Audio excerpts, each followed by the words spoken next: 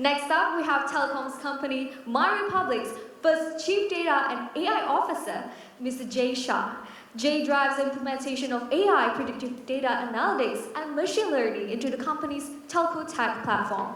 He also leads the team that develops predictive data analytics and machine learning into the platform, providing MyRepublic with real-time insights into consumer behavior and opening new business opportunities for the company. He is also a serial entrepreneur and has launched businesses in multiple markets around the world. Prior to joining MyRepublic, he was the founder and CEO of OpenDNA, a publicly listed AI business that built cognitive models to enable deeply personalized experiences for users. Speaking on his forte of AI communication technologies, let's welcome Jay, please. Good afternoon, everybody.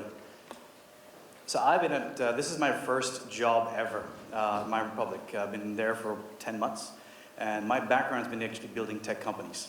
And I'd like to, first of all, thank you for all making your time on Saturday and for AMP to arrange the event today. It's awesome. You've heard of the term, if it's written in Python, it's probably machine learning. If it's written in PowerPoint, it's probably artificial intelligence. And that happens a lot. And it's shocking how many people actually talk about artificial intelligence. In fact, the three biggest buzzwords in the venture community is, well, if you put it in acronyms, ABC: artificial intelligence, blockchain, and cryptocurrency. If your business exists in ABC, you're going to get funded. So I'm going to take you through a journey here. And there are three aspects to this. One is how telecommunications industries are looking to use artificial intelligence. Some of the stuff that MyRepublic does, other organizations do, and so forth. Then I'm going to show you the outcomes of what you can actually achieve. And this is from a very short space of amount of time that we've actually spent analyzing data and what are the outputs. Then I'm going to tell you a story and tell you what true AI actually is. So from an artificial intelligence perspective, a lot of communication companies will talk about these 5 elements: network optimization, overall operational efficiency. The rest you can read. But these are the 5 areas that a lot of the communication companies actually talk about, that this is what we're doing, this is how we're embedding artificial intelligence, and so on and so forth. But AI, instead of just a term, it goes through stages. So you start with a basic rules-based environment. So imagine a little baby that's just been born. The baby is dumb, doesn't understand anything. So you start with the basic words: yes, no, yes, no. And so that's like the basic rules environment. Then you look at a smart rules environment where you got interdependencies between the systems. Then you go into supervised learning, and finally you go to completely unsupervised learning. So there are many aspects and growth within artificial intelligence. But here's where the problems actually start. People and major corporations have no idea where their data currently sits. There are massive communication companies that I've actually consulted with in different parts of the world. These are major corporations which have networks in dozens of countries. And they have individual data silos. The marketing department has their own data. The sales department has their own data. Payments and billing has their own data. Network has their own data. And none of them actually share information. And this creates a problem. You know, the biggest problem in big data analytics is, one, you got the data silos. But it's also down to the limitation of the mindset of the person actually looking at the big data. So you got to really think out of the box. So one is you need to understand where your data sits. And this is not only what physical server it's actually sitting on, what structure it is, but from a jurisdictional perspective as well. And one of the best things that actually happened to data privacy in a consumer is GDPR. In fact, California has actually adopted it, and many countries are going to build their models and their guidelines from GDPR. It's the most well thought through system. So if you've got your data sitting on multiple different servers where you don't know, you could be violating data privacy on a consumer level. So you really need to know where this sits. But once you're able to identify where all of your data is, then the magic happens. So first, classify your data, categorize, map, understand, analyze. Put it all in one massive data lake. And when you create a data lake, then you create a data cube. Once you create a data cube, you can actually start interrogating, querying this data cube. and drawing amazing patterns. And then from patterns, you've got insights, and from insights, you actually make suggestions for the business. So here's what we did in Singapore for MyRepublic. Singapore map, we've got customers across the entire region. But we wanted to identify a whole range of, in terms of organizations, there's called churn management. So how do I reduce churn? How do I increase retention? How do I optimize my marketing efficiency and my marketing itself and user acquisition spend? So how do I do it? And so what we did was we took all of the consumer data in the entire network and we plotted it on a map. So we know by the hour of the day, even by the minute, exactly where a customer signs up. And we put it on a heat map, and this is what we got. So we were able to identify pockets within Singapore where we had the most number of customers. Then we overlaid external data, such as from demographic information from the government sources, which tells us the population density in a specific zone. So we broke down Singapore into grids. Grids have multiple zip codes. Zip codes have different types of companies and different types of people living in these areas. So we've identified we've drawn amazing insights from this. We were able to identify exactly the pockets where we know for a fact if we sign up customers from that area, we're going to increase our bad debt. We have identified pockets where we know where we sign up customers from that area. In 2 years, we're going to have churn, an increased amount of churn. I mean, think about it. Expats. Expats coming to this country for 6 months, a year, 2 years. So if your organization starts all of a sudden signing up a lot of expats, guess what's going to happen in 2 years' time? You're going to increase churn. We also identified that in certain areas where our customers were, why were they increasing churn? And we didn't do any retention-based advertising in those areas. So imagine if you're living in the east, but you work in the center. So we have no ads, no outdoor ads in the east, for example. So the first thing you, as a consumer, do when you go into the work, you see a competitor's product on big billboards. The last thing that's in your mind, subconsciously, consciously, is you see a competitor's product. And so guess what? When your contract's about to end, you're looking at a competitor's product before you've actually thought about, let me just stick around with the existing network. So we looked at all of this data, and then we identified patterns, and we drew insights, and we then notified the various different divisions in the company to be able to optimize different things. And this is what we got. Quarter on quarter increase of recontracts. It's the best ever in the organization since the history that the company actually started. Our user acquisitions cost dropped massively. And there's a lot more that we could actually do to drop this. In the history of the company and in the history in telecommunications industry in Singapore, you will not find these costs for user acquisition anymore. And this is just looking at all the data streams that's in your organization. So this is these are the sort of outputs. My love for data started many, many years ago, 2012 actually. My passion and frustration for artificial intelligence started back then as well. So I went to an e-commerce site, a major one of the biggest brands in the world, and I bought a toaster on the site in 2012. 3 weeks later, I go back to the site, and now they're showing me more toasters. I bought one. They know it's my residential address. I bought a toaster with for 4 slices, not one for 12, so I'm not a commercial building, right? And then one of the biggest airlines, I bought an airline ticket on their website from London to San Francisco. 3 days later, that airline sends me a newsletter saying, Mr. Shah, we've got some great fares to San Francisco, LA, and Vegas. And the fare to San Francisco was lower than what I actually paid on their website. It frustrated me. I said, how can some of the biggest companies in the world have no clue who I am at all? We talk about, let's say, social networks. Some of the biggest social networks, you feel that, yes, they're using a lot of artificial intelligence to identify who you are. And based on who you are, they're trying to identify patterns and showing you ads and so forth. About a year and a half ago, so if you go to applymagicsauce.com, it was created by Cambridge University working with Stanford University professors. And they created algorithms to actually extrapolate information from your social graph and to be able to build a personality profile, to show you what the social networks actually know about you. So I put my data through this. And a year and a half ago, I was a 31-year-old female. About a month and a half ago, I was 27-year-old, male. So it doesn't know, because they don't know the intent, they don't know the importance of information that you're engaging with. They don't know whether you've actually just engaged with it because you like it or the person that's sharing it. How many of you have actually known friends that have actually posted a story of The Economist on their social feed, and you know for a fact they never read it, right? It happens a lot.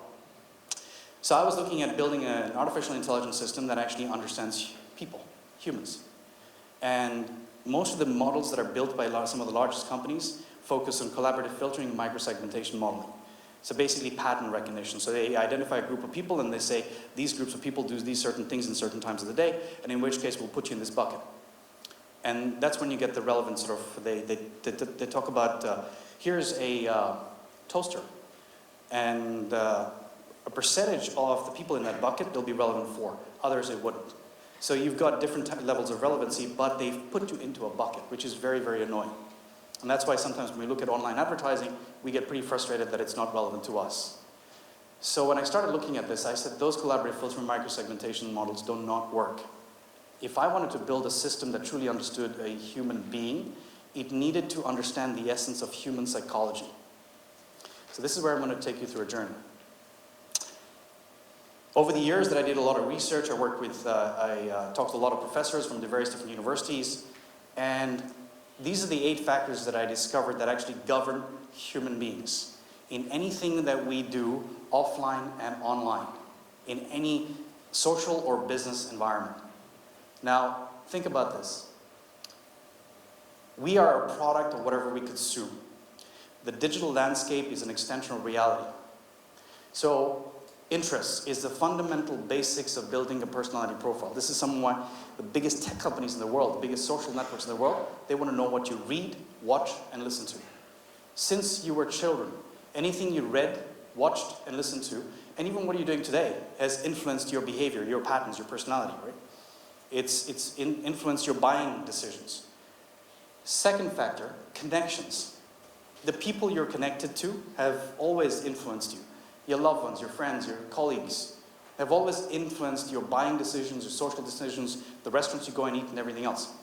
So from a communication environment, guess who's got the most amount of data? In fact, communication companies have access to more data per consumer than some of the biggest tech companies.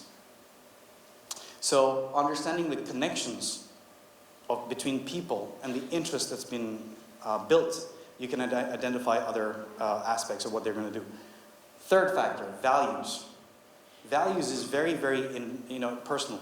You could be married, you could be in a relationship, but you only know for yourself what's good and what's bad, what's the right thing, and that's very personal.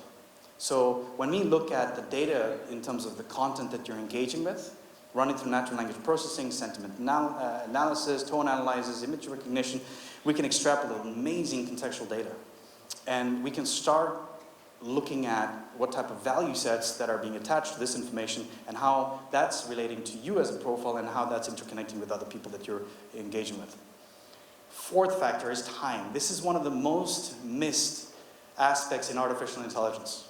It was amazing how many companies had no idea how to use the aspect of time. Without time, nothing exists in the universe. Time gives us the ability to understand the relevancy of information. So the amount of time you do certain things, the sequences of things that you do, the frequency of things that you do, influences the depth of the interest that we've actually built on you and how that interaction of that interest relates to other connections and values and so forth. Location. We as consumers make different decisions based on wherever we are.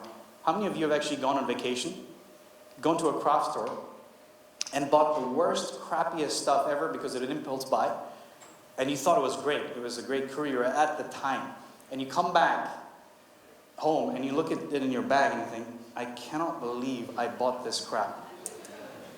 We make different buying decisions based on where we are. We've actually noticed patterns in the communication company where you're living on the West, you're working in the city, your buying decisions for buying broadband or mobility is between 9 o'clock and 10 o'clock or 9 and 12 when you're back at home. So we optimized advertising between those times. There's no point of spending 24/7 in all across Singapore. We optimized in those areas at that time. So user acquisition spend became amazing. Weather patterns influences us. in anything we do, financial status and health. Over the years, I've also consulted a whole bunch of different companies and look at it from a banking perspective. So this is one of the major investment banks. They have offices here in Singapore, but they're worldwide. They have an international trading platform where people can actually go and buy and trade stocks, currencies, all sorts of different things. The investors that are high, really, really super high net worth and so forth, they have relationship managers that they sort of work with. But they also have individuals that actually buy on a day-to-day basis on their platform. They've had Stanford and MIT professors working with them on a secondment for 2.5 years. And they were identifying patterns based on the transaction volume increasing or decreasing based on market sentiment. This is normal logic. Right? If there is a market sentiment that says that this is a bad stock, or there's a bad PR against a particular company, stock's going to go down and so forth. So they were identifying these patterns. But they had anomalies, and those anomalies were transaction volume increased or decreased based on certain stocks when there was no market sentiment. And they were trying to identify what was happening. So when I was speaking to a senior executive there, I said, it's very simple. And he says, how are you going to say it's very simple when for over 2.5 years we've had MIT and Stanford professors working on this? I said, you've missed the key element, the human being. You've got individual people on a platform actually making transactions. And so you've missed the essence of human psychology. And I said, well, think about it. You've got a bunch of rich guys that like to play golf or go sailing. Now in the place that they're sitting at, it's raining and it's thunderstorms. So guess what they've done? They've come back indoors, opened up the Financial Times or some sort of webpage, and decided, you know what, let me buy some stock in this company when there's no market trend. 3 weeks later, the guys came back and they said, Jay, you're right. There's a pattern. I said, could you tell me more? He says, unfortunately, you don't have an NDA with us. We can't disclose more stuff. I said, it was my idea, but he says, it doesn't matter. But this is it. These are the 8 factors that govern human beings and anything we do. Last company that I built, this is an incredible journey. So the predictive analytics sort of side. And what we're looking at is the content that you're reading. So we built a news aggregator. We took over 2,000 sources of content. We ran it through natural language processing. We identified a lot of contextual data. We extrapolated a huge amount of sentiment from that. And depending on how you're engaging with information, depending on the time of the day, depending on the amount of time that you spend in looking at that content, and the time essence was very, very unique for each individual. Did you know that in 2012 there was a research done that the average attention span for a human being was 9 seconds? And I think for a goldfish was 12. And so I was looking at what sort of signaling time element can I understand whether that information was interesting for you or wasn't. And we identified those patterns. And we built an incredible profile. Not only would I know what you were interested in, but the extent of an interest that you had in any area in relation to any other area at a given point in time, or the location, or the weather pattern. And using this information, we were able to predict what type of content you want to read. So when I build and when I design systems with my team, we build individuals, what we call algorithm blocks, or we call them smart cells. It sounds like a nicer word, so smart cells. And we build hundreds of these. But the sequences of these smart cells are determined in real time at the time that we're actually doing the predictive analytics. At that moment in time, depending on the psychographic profile of that specific individual. So this news aggregator, we had just under 30,000 users. We ran 24 million data transactions per day. And typical news aggregators would see between 3 and 4 minutes of average session time. Our average session time on this news aggregator was 15 minutes and 36 seconds. It created the element of serendipity and discovery. It was incredible. We were looking at patterns that we had no idea what was going on in the system. It felt like magic because it was. The system, based on the various different feedback loops, was actually changing the sequence of the algorithm and also adjusting the equation itself. Where normally where you actually, for example, the element of time, we used a base element of 21 seconds. But the element of time changes based on what content you're reading as well, based on the individual, based on your location, based on the weather pattern, based on all of this. it all changed. It was amazing. And there is no way that individuals or programmers could actually build systems that would accommodate this fast. So we created an element that learns from the feedback loop and then sequences itself. It was just beautiful. We tested on video streaming networks and so on and so forth. But if you had this data, imagine what you could do. So from a communication perspective, you can actually predict when the customer is traveling. So based on knowing, not just the fact that they actually got to the airport and you're going to send them a push notification saying, why don't you activate your data roaming? They know, based on the data stream, based on how you're consuming information, that you are actually traveling to a certain destination. And then automatically activate that for you. Let me take you an example, IoT, this big talked about space. And so with IoT, I actually experiment a lot with my family members. And sometimes they actually hate it. And so I know I'm running out of time, but this is an interesting one. So sleep patterns, right? We get affected based on different temperature throughout the night, fan settings and so forth. And so I'm identifying the sleep patterns for my kids, my wife, and so forth, and seeing how different temperature settings actually affect their entire sleep pattern. Then, based on these patterns, I've actually adjusted one of these automated units that changes the setting of the temperature and the fan and the noise level, and the sleep was amazing. But here's the other effect that we had. Our utility bills actually went down because it was optimized. Imagine if you had all this data and you could actually use it to optimize an entire experience for your consumers. And this leads me to the last part, and things that you got to think about is, from a data privacy, time is coming where biggest corporations in the world got to stop owning the data. Data is not for corporations anymore. It's for the individual. Users should completely own and control their own data. And if they do that, then the amount of experiences that it can actually provide these individuals it would be just amazing. But data privacy, I'm a big advocate for data privacy. In fact, data should be owned and controlled by the user. But in terms of, I'm going to leave this, one last thought. In terms of when you're building a data science and data engineering team, when I'm hiring, I do not hire anybody that's not got an interest or a background in human psychology or philosophy. So you could be an amazing engineer, but if you don't have an interest in psychology or philosophy, don't bother applying. You need this if you're building artificial intelligence systems. And that's all for now. I think I'm going to see you back later at the panel. Thank you.